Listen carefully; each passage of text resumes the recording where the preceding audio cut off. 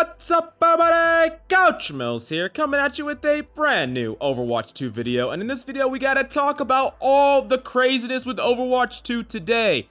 The NDA is lifted on all the people that got to play the alpha, so there's tons of content. We got to see all the characters, we get to see all the reworks, the craziness. We even have some pro players setting up a tier list for us, or like a preemptive tier list, so we know what is going well and what is not at the very start. There's a ton we gotta go over and talk about and break down, and I am so excited. So we're gonna break all it down, but the GameLeap website is the best place to quickly dominate Overwatch 2. We're gonna be remaking the website from the ground up, so if you wanna get a leg up on your competition, do yourself a favor and go check it out right now, down below.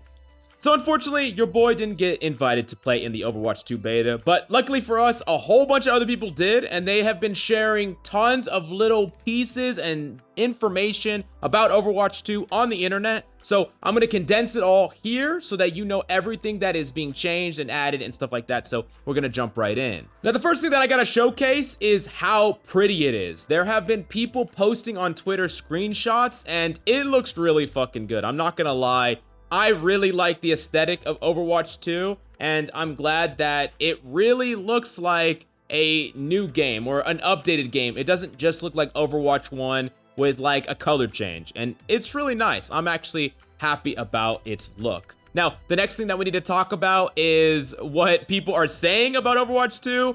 SK actually put on Twitter and said, I played the alpha and it just feels like Overwatch if it didn't get abandoned and got updates. That's pretty funny. I mean, that's kind of what it seems like. It seems like there is a lot of new stuff, a lot of new changes. It's almost like this is what Overwatch would be if they just kept on updating consistently, just like SK said. So that's kind of interesting. The next thing that we need to talk about is Bastion. Bastion's freaking nuts. Bastion can fly. Frogger put this video out where he's literally flanking over the rooftops with Bastion. Check out his ability where he gets to literally hop over the rooftop, surprise enemies. You're literally a flank Bastion that is also mobile. And it looks like Bastion, of course, is not doing anywhere near as much damage as he used to. But if you are pretty good with your tracking, you're still going to be able to kill people. You can still surprise someone, jump on them, and fight them. And also, you're mobile. So the character just seems like he has so much more play to him. And that's really exciting. He's not a very, like, all or nothing type character like he was before. And with the flank, the movement, the mobility, it just seems really fun to play him. Don't know how it's going to feel to play against him, though. The next thing that we need to show off is the Orisa rework. She got reworked in several different ways, and the big highlight is the Energy Javelin, which literally will stun and knock back an enemy, and then that enemy can get hit into a wall and take freaking extra damage. It says more effective. I'm guessing that means more stun or more damage. Not entirely sure, but that's freaking interesting. And then on top of that, the Javelin Spin, which you spin your Javelin to destroy projectiles, push enemies, and increase forward speed. So this character is just way different than before, and I'm incredibly excited. There's like a whole video that Flats did where you can go check out if you want to see more Orisa gameplay. He broke down most of the characters as well, so you can look at that after this video. Now, the next thing that we need to talk about is the Doomfist rework. Doomfist is just crazy, and some people like the changes and some people really dislike the changes. He doesn't have an uppercut anymore, and his punch does way less damage. On top of that, the seismic slam is like a Winston leap. So he jumps, and if he lands, it's gonna deal damage and slow enemies. So that's very interesting, and it seems like that's just weaker, but also he has a health increase to 450, and he also has the power block, which protects him from funnel attacks, blocking heavy damage, and empowers the rocket punch. So there's a lot to this character, and I think it's going to take a long time to digest just how good he actually is. But don't think of him like Doomfist, because he doesn't really play like Doomfist at all. He doesn't combo with the uppercut or anything like that. So he turned it from like a 3D fighting game character to, I don't even know, something a lot different. He's just gonna feel way, way different than before. Then the next thing that we need to talk about is Sojourn being fucking disgustingly strong. I mean,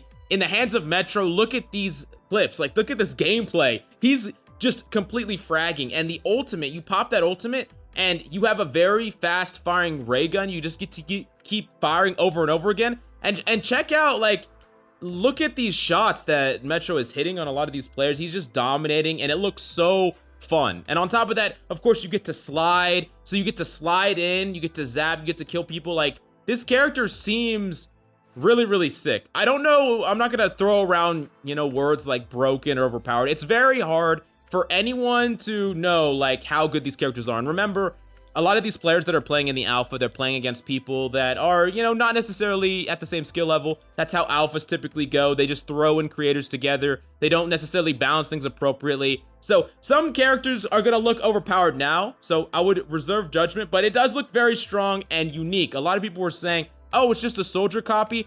She does not look like a soldier copy at all. She looks completely different and separate, and yeah, I definitely want to try at this character a lot. I'm pretty excited to play her. Now, the next thing that we need to talk about is the tier list, or the preliminary tier list, the Custa tier list, because former pro Custa actually dropped a Overwatch 2 alpha tier list. From what he's seen so far, this is the characters that he would place in the tier, and I'm not gonna go super crazy into it, but I'm gonna show the tier list here. He says in the S tier, it's Lucio and Soldier. That's really interesting, but it makes sense from Soldier's point of view because with only one tank, a lot less shields, Soldier can actually do damage, and he is one of the best characters at dealing with other DPS. Being able to heal himself, he doesn't get any changes, right? Because he didn't have any CC to get rid of or change or move around. And the fact that he can just output a ton of damage, and if DPS want to go contest him, they have to hit really hard skilled shots, and he could still heal himself or run away.